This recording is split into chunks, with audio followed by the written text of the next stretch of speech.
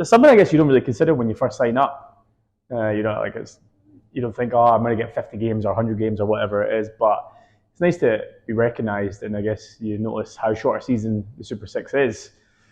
And then I guess 4 or 5 years later, to actually make that milestone is quite a nice wee achievement. Yeah, quite proud and chuffed just to be a part of the club. There's a great kind of club atmosphere. See some of the older boys kind of around the clubhouse, and some of the younger guys, and just kind of mixing around them. So getting recognition for obviously playing a few games at the rugby club, it's quite nice to get that, and consider yourself part of everything that's going on. The bad ones probably stand out more than the actually good ones. Obviously, the final last year was quite a, just I think that whole season, I think we went 2 games where we lost, and then for a 100-minute final, winning it at the end. For me, personally, and then running out with my wee sister, that was quite a nice personal achievement. Yeah. Yeah, definitely the cup final. I remember that try that we scored against Heriots in the sprint season when we were playing at Boroughmuir quite vividly well, because it was quite a great team try. We chased back the whole pitch and moved the ball from kind of one end of the pitch to the other, scored in the corner. I just quite remember that. I remember, sorry to fall on that, I think season 1, Joey Reynolds running down the track and then doing the chip kick to himself, catching it and scoring. And for me, playing for Bermuda, I'm used to getting beat by Nails all the time. So I think that was one of my first wins against the Nails in about 10 years of rugby. So that was quite a nice achievement.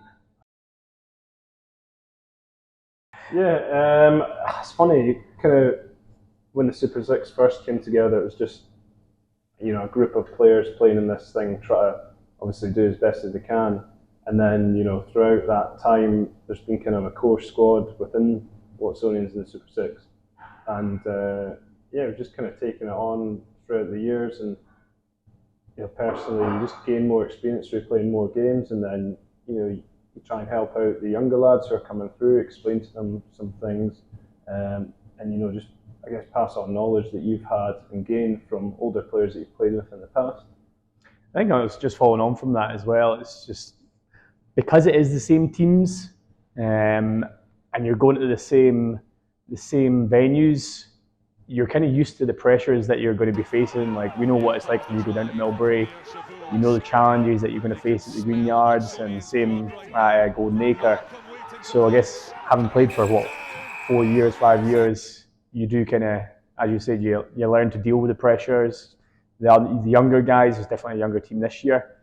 So I guess you just try and help and just be like, we don't need to panic in certain situations, or we do need to panic in certain situations. So this comes, I guess, a bit more naturally over the years. I think, well, for me, it's always a bit difficult just with work-wise, but I think Heriots this year, they've really stepped up their game from where they were last year. So, and I think the other teams, where we were last year, I think we were just a step ahead of everyone. We were consistent, we didn't have any injuries, so it was a little bit easier. This year, we've struggled with a bit more injuries. Other teams maybe haven't had as many injuries.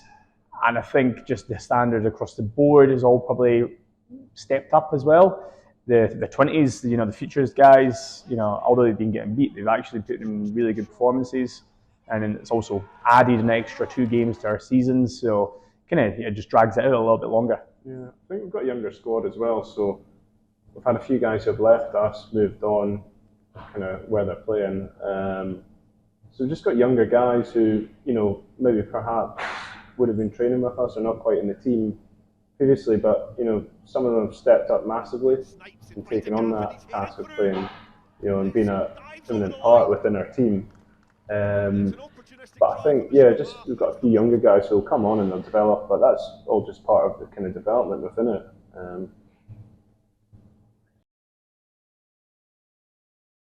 Well, for me personally, sorry, I don't mean to jump ahead of you, Berg. I was playing in, I think, East 1 for Haddington, and Ferg, I knew Ferg from back in the day. He just kind of asked me to come up, and I was just like, oh, I'll just try my hand at it. So I didn't really have any personal goals, and then obviously COVID came at the end of that year, which was a bit disappointing. And in terms of personal goals, no, it would have been, we kind of achieved, for me personally, I achieved that last year, winning the competition, winning the sprint and winning the competition. It was kind of nice to see that from COVID, where I think we were going to win it, to then losing it, and then we struggled the year we came back.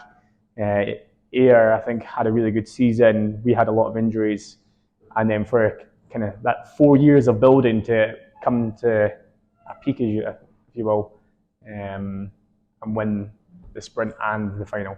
Yeah, I just wanted to be the best centre in the league. So still waiting. Yeah, I know, still waiting for that. So kind of last year, I work in property as a surveyor. You have exams to go through in order to become chartered. So I was kind of doing 2 years training post university. So I was doing a lot of studying last year and balancing that with rugby, and we were performing well at rugby, but I took a lot of time to obviously dedicate to doing that on the pitch and off the pitch. So balancing that with working a full-time job and studying was probably personally quite difficult. Just kind of waking up really early, heading into the office for 6 a.m, studying, working all day, then maybe studying or going to the gym at night or training, for example. But in terms of as a team, I think this year we've had a much younger squad and we've had a few injuries, so at times we've really had to pull together.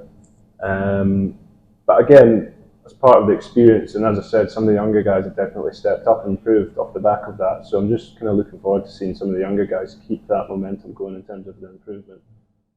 I think for me personally, obviously, we've won the final last year, and then I think the week after I joined the police. So it was kind of a bit of a culture shock, doing 3 months out of college and then going into a new shift pattern of night shifts, all sorts of hours. So just trying to balance that with a training schedule of semi-professional rugby, it was a little bit of a challenge. As a team, I think, again, it was a difficult one, kind of what you're saying, we had younger guys, but then obviously a lot of success last year with Ferg, then Ferg had left, Stevie's came in kind of last minute, then Stevie's picked up another role, fair play to him down in Bath, and then Nicky's obviously had to step in, so there was a bit of uncertainty, I think, for a wee bit. We didn't know who was actually signed, because I think we almost went through a 6-week period of having 12 boys at training, and then all of a sudden we actually had a team for the start of the season. So I think that was just a bit of a challenge coming together. I think in terms of player, probably Joey Reynolds. He's got a lot of experience. I mean, he was playing last year, whatever age he was, and he was still at the top of his game. He's great at kind of bringing on youngsters as well. So probably as a player, Joey Reynolds was great to play with. I mean, there's a few to name, but he probably stands out. But I was playing in the centres with him. As a coach, Fergus was great. He was really technical, gave us a lot of points. I think Nicky's great as well. So enjoying playing for Nicky week in, week out. I personally think he's a really good coach. He works closely with the backs, of course. So. I think, although I'm not a back, but Joey, I would agree with that. Definitely as a former player anyway, I think he knew what to say at the right times to say it. He was a good team player. If he wasn't selected, he still brought the standards up regardless. He helped the guys out around him. I think this year, or past few years anyway, Lee Miller's been a great player. Definitely a great leader in terms that he can detach himself from the playing group and knows when we're not performing at our best, he can, help us drive those standards. Coaching wise, Ferg, yeah, definitely I would agree. Ferg has always been a great guy. I think Fraser is coming in, obviously. Yeah.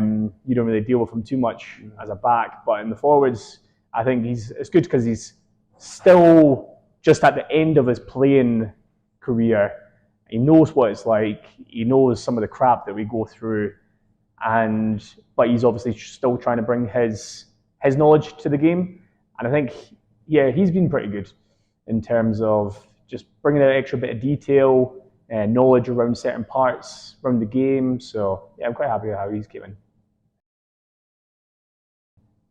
I would say there's a lot of laughing and joking. Well, I was going to say there's a lot of laughing and joking directed at Mano, but whether he's the catalyst of it or I think Campbell Wilson usually, but then when it gets time to go, he kind of switches on a little bit. Louis Ball's always got, he's never particularly a serious guy until the whistle of like, this is us going now, and then he changes into a different human, and then he's just destroys people. But he's always nice and relaxed before a game, and got his headphones on, having a laugh with everyone. Carlman. Yeah, probably Carlman. Yeah. Carlman's ready 48 hours before kickoff. Yeah.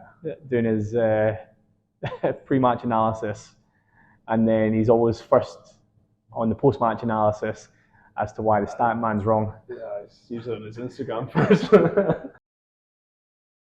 I think it's Loman McPherson. It's been. I think Seb's done a few, but I think Loman McPherson has got quite a good music taste. Well, sometimes questionable. Maybe for the younger ones, but for me at 30, I would prefer a bit more ABBA and Kenny Rogers. But there's a lot of house from Loman. But if it's what the majority want, it's what the majority want.